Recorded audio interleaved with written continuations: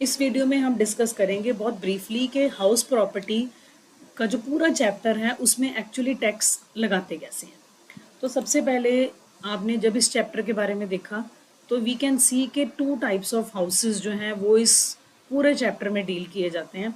First है हमारा self occupied house. Self occupied house का मतलब है वो हाउस जिस हाउस में असेसी जिसके ऊपर आप टैक्स कैलकुलेट कर रहे हैं वो खुद रह रहा है, इसको बोलते हैं सेल्फ ऑक्यूपाइड हाउस। अब सेल्फ ऑक्यूपाइड हाउस जो है वो असेसी 2 पर्पस के लिए यूज कर सकता है। या तो वो खुद उसमें रेजिडेंट है, अपने रेजिडेंस के लिए यूज कर रहा है, या फिर वो इसको यूज कर सकता है अपने बिजनेस के लिए। अगर उसका कोई प्रोफेशन है उसके लिए, प्रोफेशन मीन्स जैसे सीएस डॉक्टर्स हैं, तो इन 2 पर्पसेस के लिए वो हाउस को यूज कर सकता है। अब अगर वो हाउस अपना यूज कर रहा है for the purpose of residence, तो मतलब असेसी वहां पर खुद रह रहा है, तो इट मीन्स कोई रेंट तो आ नहीं रहा।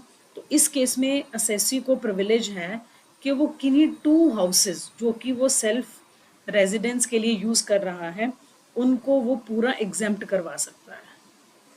एग्जेम्प्ट का मतलब हमने किया है इनकी एनुअल रेंटल वैल्यू निल मानी जाती है। अगर असेसी जो है वो अंडर ओल्ड टैक्स रिजीम खुद को टैक्स लगवा रहा है, उस केस में वो यहाँ पर 24B भी डिडक्शन भी अप्लाई कर सकता है, तो यहाँ पर आंसर लॉस में आता है। अगर वो न्यू टैक्स रिजीम के अंडर खुद को टैक्स लगवा रहा है फिर 24B उसको नहीं मिलती है। तो ये हो गया अगर असेसी ने कोई हाउस अपने रेजिडेंस के लिए यूज करा है, तो 2 हाउसेस तक तो उसको पूरा एग्जम्पशन है। इसके बाद आता है कि अगर मोर देन 2 हाउसेस हैं,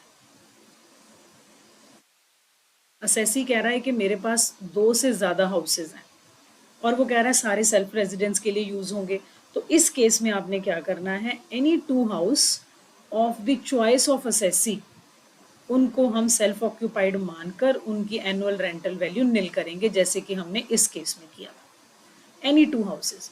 और अगर मोर देन 2 हाउसेज हैं, तो मैं कहूँ फॉर एग्जाम्पल 3 हाउसेज हैं, तो जो तीसरा हाउस है चाहे उसने लेट आउट नहीं भी किया, इस हाउस को हम मानेंगे deemed to be let out.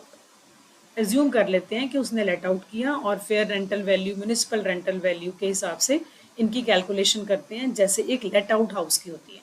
तो अगर असेसी के पास 4 घर हैं तो 2 हाउसेस तो उसने मान लिया कि एनुअल रेंटल वैल्यू निल, और जो बाकी के 2 बचेंगे उनको deemed to be let out माना जाएगा। Okay, so maximum 2 houses assessee can claim to be self occupied. 2 से ज्यादा हैं तो उस केस में वो क्या है, सेल्फ ऑक्यूपाइड नहीं मान पाएगा, उनको हम deem to be let out मानते हैं।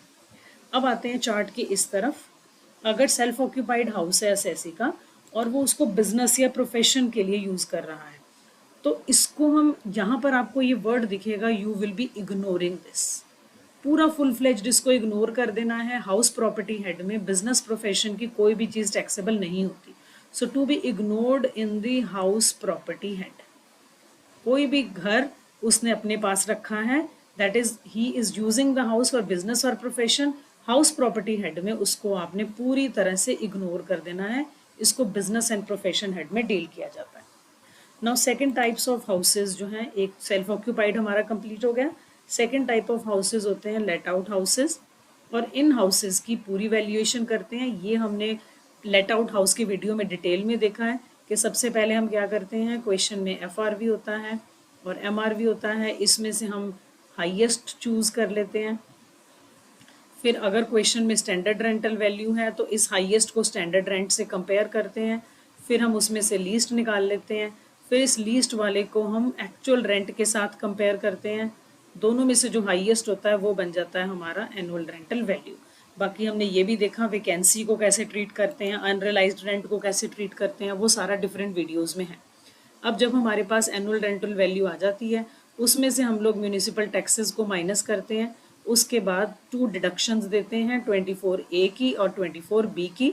24A में आपकी स्टैंडर्ड डिडक्शन जो कि है 30% ऑफ नेट एनुअल वैल्यू, और 24B का तो एक अलग से वीडियो है जिसमें इंटरेस्ट ऑन लोन है। इंटरेस्ट ऑन लोन के लिए आपने चेक करना है, इंटरेस्ट ऑन लोन की लिमिट्स को भी देखना है। So this is how we have to deal different houses. At a brief I have shown you किस तरह से आपने लेट आउट हाउस और सेल्फ ऑक्यूपाइड हाउस दोनों का ट्रीटमेंट करना है।